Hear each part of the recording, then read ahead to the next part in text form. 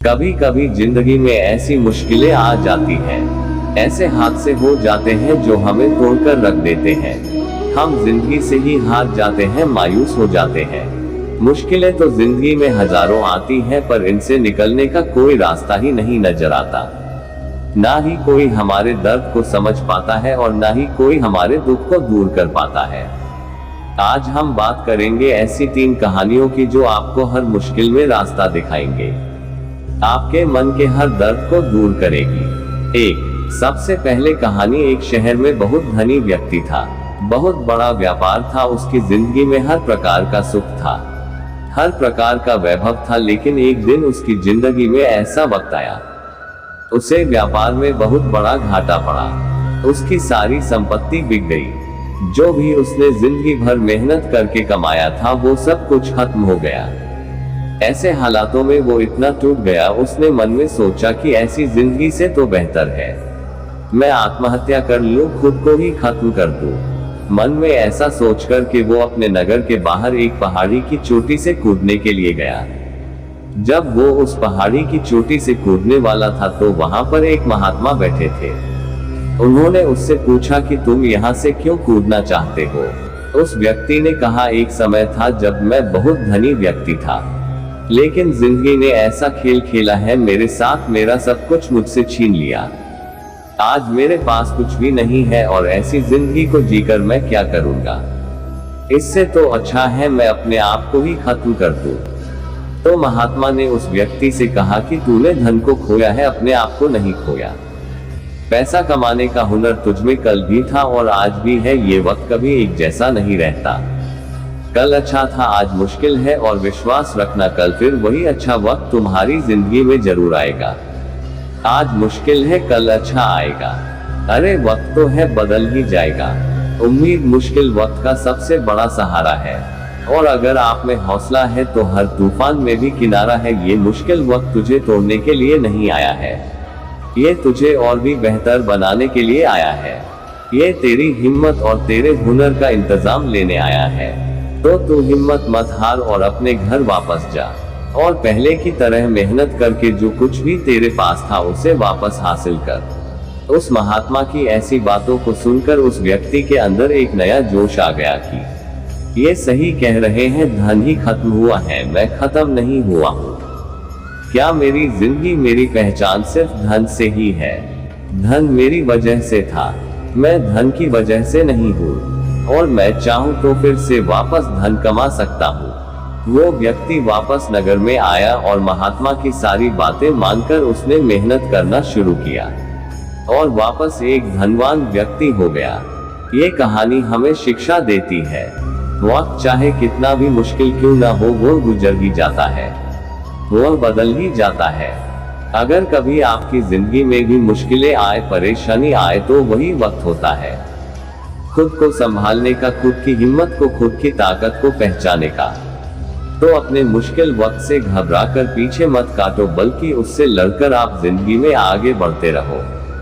दूसरी कहानी। एक बार एक पिता पुत्र रात्रि को भोजन के लिए बैठे, और जब उनकी थाली में भोजन आया तो उस लड़के की मां ने प्लेट में सब्जी और जली हुई रोटी दी। जब उस लड़के की मां को एहसास हुआ कि रोटी जली हुई है तो वो इस बात के लिए अपने पति और बेटे से माफी मांगने लगी। तो उसका पति उससे कहने लगा, तुम बिल्कुल भी चिंता मत करो, मुझे जली हुई कड़क रोटी बेहद पसंद है। इस बात को सुनकर उसके बेटे को बहुत अचरज हुआ। उसने अपने पिता से पूछा, क्या आपको सच में जली हुई रोटी पसंद है?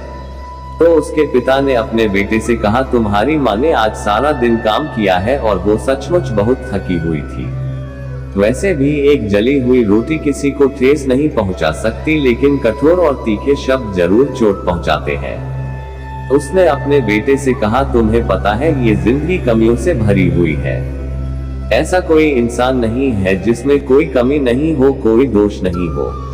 और मैंने अपनी सारी जिंदगी में यही सिखाई कि एक दूसरे की गलतियों को स्वीकार करना सीखो, उन्हें अनदेखा करना सीखो, एक दूसरे को उनकी कमियों के साथ पसंद करना सीखो।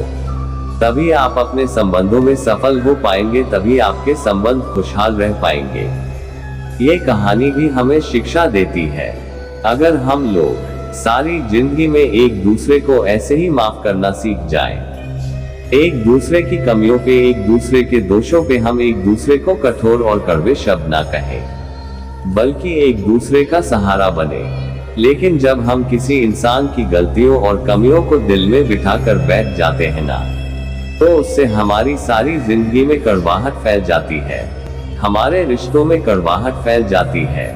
जिंदगी में ये सारी बातें तो आती रहेंगी, लेकिन चुनाव आपका है कि आप उसमें खुश रहते हैं या आप उसमें दुखी होकर खुद को परेशान करते हैं। तीसरी कहानी, एक पिता ने अपने गुस्सैल बेटे से तंग आकर उसे कीलों से भरा हुआ एक थैला देते हुए कहा, तुम्हें जितनी बार भी क्रोध आए तुम थैले में से एक कील निकालकर उसे बाड़े में ठोक देना। बेटे को अगले दिन जैसे ही क्रोध आया, उसने कील बाड़े में जाकर बाड़े की दीवार पर ठोक दी। और जब भी उसे गुस्सा आता वो हमेशा ऐसा ही करता। लेकिन धीरे धीरे उसे समझ में आने लगा कि कील ठोकने की मेहनत करने से तो अच्छा है वह अपने गुस्से पर ही कंट्रोल कर ले। और धीरे धीरे उसके कील ठोकने की संख्या कम होने लगी। एक दिन ऐसा भी आया कि उसने सारे दिन में एक भी कील नहीं ठोकी। उसने ये बात बहुत खुशी खुशी अपने पिता को बताई।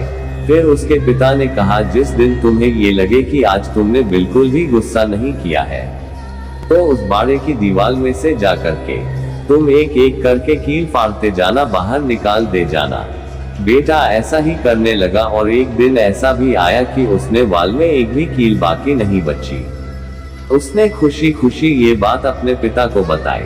पिता उस लड़के को लेकर बाड़े में आए और कीलों के छेद दिखाते हुए पूछा, क्या तुम ये छेद भर सकते हो? बेटे ने कहा, नहीं पिताजी।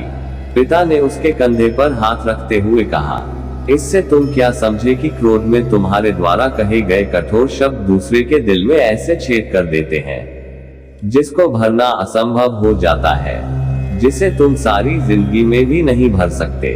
ये कहानी भी हमें शिक्षा देती है, जब आपकी जिंदगी में ऐसे हालात आ जाए, ऐसी परिस्थितियां आ जाए, या लोग आपके साथ ऐसा व्यवहार करें जिससे आपको दुख पहुंचे, जिससे आपको गुस्सा आता हो और उस गुस्से में आप दूसरों के दिल पे चोट पहुंचाते हैं, उन्हें कठोर शब्द कहते हैं। आप तो गुस्सा करके अपनी भड़ास निकाल लेते हैं, लेकिन वो लोग आपके द्वारा कहे गए उन शब्दों को कभी नहीं बोल पाते हैं।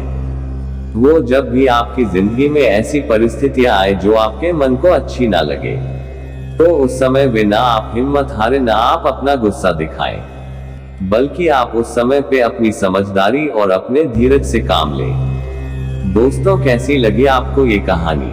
अच्छी लगी हो तो वीडियो को लाइक कर देना, चैनल में नए हैं तो चैनल को सब्सक्राइब कर देना। चलिए मिलते हैं एक और नई कहानी में, तब तक आप अपना ख्याल रखना। राधे राधे।